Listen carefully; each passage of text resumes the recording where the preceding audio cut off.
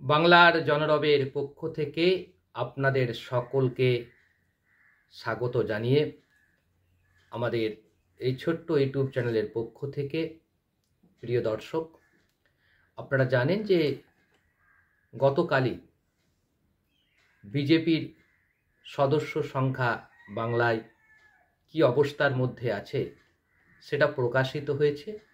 এতক্ষণে আপনারা জেনে গেছেন যে বাংলায় বিজেপির অবস্থাটা কোনখানে গিয়ে পৌঁছেছে। আমরা জানি এই বিজেপির সদস্য অভিযান নিয়ে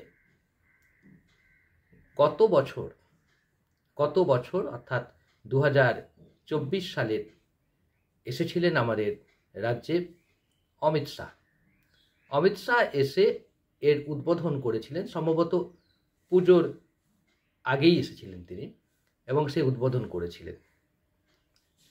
আমরা সল্টলেকের একটা কেন্দ্রীয় সরকারের একটা হল থেকে সে উদ্বোধন হয়। তখন লক্ষ্যমাত্রা রাখা হয়েছিল 1 কোটি। মিঠুন চক্রবর্তী মহাশয়, যাকে আমরা অত্যন্ত শ্রদ্ধা করি, আমাদের বাঙালির সন্তান, বাংলার সন্তান, পশ্চিম বাংলার ভূমিপুত্র এবং ভারতের অন্যতম প্রথম সারির অভিনেতা, সেই মিঠুন চক্রবর্তী বলেছিলেন, যদি আমরা 1 কোটি সদস্য করতে পারি বাংলায় 10 কোটি নাগরিকের মধ্যে, তাহলে 10 জনের মধ্যে একজন আমরা থাকব। সেটা করা আমাদের উচিত এবং করতে নামতে হবে। এবং 1 কোটি সদস্য যদি আপনারা আমাদেরকে দিতে পারেন, তাহলে আমরা কথা দিচ্ছি, অর্থাৎ মিঠুন চক্রবর্তী কথা দিচ্ছেন যে তিনি নবান্ন খুব সহজেই দখল করে নেবেন। মিঠুন চক্রবর্তীর এই আহ্বানে বাংলার সাধারণ নাগরিকরা যে কর্ণপাত করছেন না, সেটা খুব স্পষ্টভাবেই ধরা পড়েছে। এ নিয়ে কোনো সন্দেহ থাকার জায়গা নেই। যদিও বাংলাতে আরএসএস তার শাখা প্রশাখা নিয়ে বিস্তার করেছে, তারপরেও কেন বিজেপির সদস্য সংখ্যা বাড়ল না? রহস্যটা ঠিক কোথায়? আমরা কয়েকদিন পরেই আরেকটা স্পেশাল প্রতিবেদন করব। সেই প্রতিবেদনে আমরা নিঃসন্দেহে দেখাবো যে আরএসএস পশ্চিমবাংলার জন্য আসলে কি চাইছেন। আরএসএস নেতা মোহন ভাগবত এবং দত্তাইয়া হোসবলে দুজনেই কলকাতা সফরে আসছেন ফেব্রুয়ারি মাসে। তাদের উদ্দেশ্য এবং লক্ষ্যটা কি, সেটা নিয়ে অবশ্যই আলোচনা করব। আমাদের যদি এই ভিডিও ভালো লাগে তাহলে লাইক করবেন, শেয়ার করবেন এবং ভিডিওটা পুরোটা দেখবেন। অর্ধেকটা দেখে মন্তব্য করতে যাবেন না। আমি দেখেছি অনেক মানুষ অর্ধেক দেখে মন্তব্য করেন, অনেক মানুষ শুধুমাত্র থাম্বনেল দেখে আমার প্রিয় দর্শকরা মন্তব্য করেন। দর্শকবৃন্দ, আমি একটা কথা বলতে পারি, আমরা থাম্বনেলে হয়তো যে কথাটি বলেছি সেই কথাটি বলার চেষ্টা করেছি ভেতরে, কিন্তু অনেক কথা আছে যে রাজনীতির যে মারপ্যাচ, সেটা যদি বুঝতে হয় তাহলে আপনাকে আমাদের এই ভিডিও অবশ্যই দেখতে হবে। কারণ আমি বলতে পারি, বাংলার বুকে যদি কোনো নিরপেক্ষভাবে কোনো রাজনৈতিক বিশ্লেষণ করে থাকেন কেউ, সেটা হচ্ছে বাংলার জনরব করে। কারণ সমস্ত চ্যানেলগুলোই দেখবেন একটা গ্রুপের, একটা গোষ্ঠীর, একটা রাজনৈতিক দলের স্বার্থে কাজ করেন। আমরাই একমাত্র নিরপেক্ষ দৃষ্টিভঙ্গি থেকে কথাগুলো বলে থাকি। লাইক করবেন, ভালো লাগলে শেয়ার করবেন, মানুষের কাছে পৌঁছে দেবেন। কারণ বাংলার সম্প্রীতি রক্ষার দায় এবং দায়িত্ব শুধু আমাদের নয়, আপনাদের সকলের। এখন বিষয়টি হচ্ছে যে বিজেপি পারল না কেন, 1 কোটি সদস্য করতে পারল না কেন? যেদিন মিঠুন চক্রবর্তী গর্ব করে এজেড ঘোষণা করেছিলেন আমরা 1 কোটি সদস্য সংগ্রহ করতে পারব, তিনি যেদিন হুমায়ুন কবিরের মতো একজন অর্ধ মানুষ, সেই বিধায়কের কথাকে কেন্দ্র করে যেভাবে হুঙ্কার দিয়েছিলেন, সাম্প্রদায়িক হুঙ্কার দিয়েছিলেন, সেটা যেদিন করেছিলেন, সেদিনে স্পষ্টভাবে ধরা পড়েছিল এ বাংলায় 1 কোটি কেন, 50 লক্ষ যদি সদস্য করতে পারে, সেটা বিজেপির কাছে সবচেয়ে বড় প্রাপ্তি হবে। কিন্তু প্রশ্ন হচ্ছে যে 50 লক্ষ করেছেন বলে দাবি করা হয়েছে। ধরেন 50 লাখ হতেও পারে, হয়েওছে হয়তো, কিন্তু এই 50 লাখ সদস্যের মধ্যে কতজন সদস্য প্রকৃত অর্থে বিজেপির হয়েছে, কতজন সদস্য হয়তো মিস কল করে সদস্য হয়েছে, সেটা দেখতে হবে। সেই সদস্য পদ কতটা গুরুত্বপূর্ণ। আমি এখনো বলতে পারি, এখনো আমি বিশ্বাস করি, এখনো স্পষ্ট করে বলতে পারি, বাংলার হিন্দু মুসলমান নাগরিকরা কেউই কারো বিরুদ্ধে বিদ্বেষ প্রচার করে না। বিদ্বেষ প্রচার করে মুসলমানদের কণ্ঠাসা করে হিন্দু সম্প্রদায় হিন্দু ঐক্যের ডাক দিলে সে ঐক্য কোনোদিন সম্ভব হবে না। এটা বিজেপির নেতাদের বুঝতে হবে।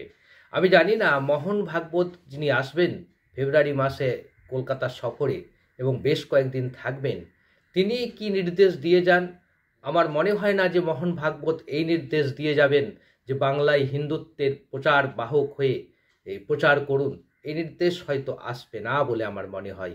মোহন ভাগবত হয়তো বলবেন এই রাজ্য সম্প্রীতির রাজ্য, অর্থাৎ সব কিছুকেই আমরা সম্প্রীতির বার্তা দিয়েই করতে হবে। আর প্রশ্ন হচ্ছে যে 50 লাখ সদস্যটাও কম নয়, হতেই পারে 50 সদস্যটাও আমার চোখে কম নয়। এটা কংগ্রেসের নেই, এটা অন্যান্য রাজনৈতিক দলের নেই বললেই চলে। কিন্তু সবচেয়ে আঘাত দিয়েছে যেটা বিজেপির সংগঠনে, যেটা সবচেয়ে বড় আঘাত হয়েছে, সেটা হচ্ছে সক্রিয় সদস্য।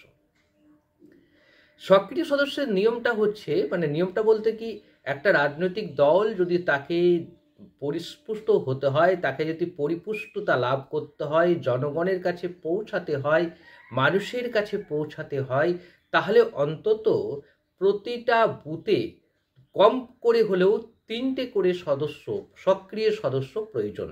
যদিও 10টা করে থাকার প্রয়োজন থাকে, কিন্তু এখানে সক্রিয় সদস্য 3টে হলেও অনেকটা। বিজেপির মতো দলের পক্ষে যদি প্রতিটা বুথে 3টে করে সক্রিয় সদস্য হতো, তাহলে সেটা সবচেয়ে বড় বিষয় হতো। কিন্তু কত হয়েছে জানেন? মাত্র 44,000। অর্থাৎ যদি বুথের সংখ্যা 82,000 ধরা হয়, 79,000 তো বুথ নয়, বুথটা অনেক বেশি, মিডিয়া ভুল খবর দিচ্ছেন। তো 82,000 যদি বুথের সংখ্যাটা ধরা হয়, তাহলে প্রত্যেকটা বুথে একটা করে সক্রিয় মেম্বার সদস্য করতে পারেনি বিজেপি। এর পরেও বিজেপি নেতারা বাংলায় হুঙ্কার দেন।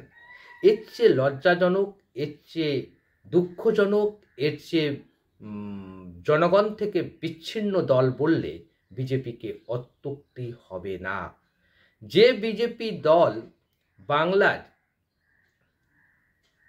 প্রত্যেকটা বুথে একটা করে সক্রিয় কর্মী করতে পারল না, একটা করে সক্রিয় সদস্য করতে পারল না, সেই বিজেপি দল মমতা বন্দ্যোপাধ্যায়কে হারানোর স্বপ্ন দেখছে। এটাই হচ্ছে সবচেয়ে বেশি দুঃখজনক।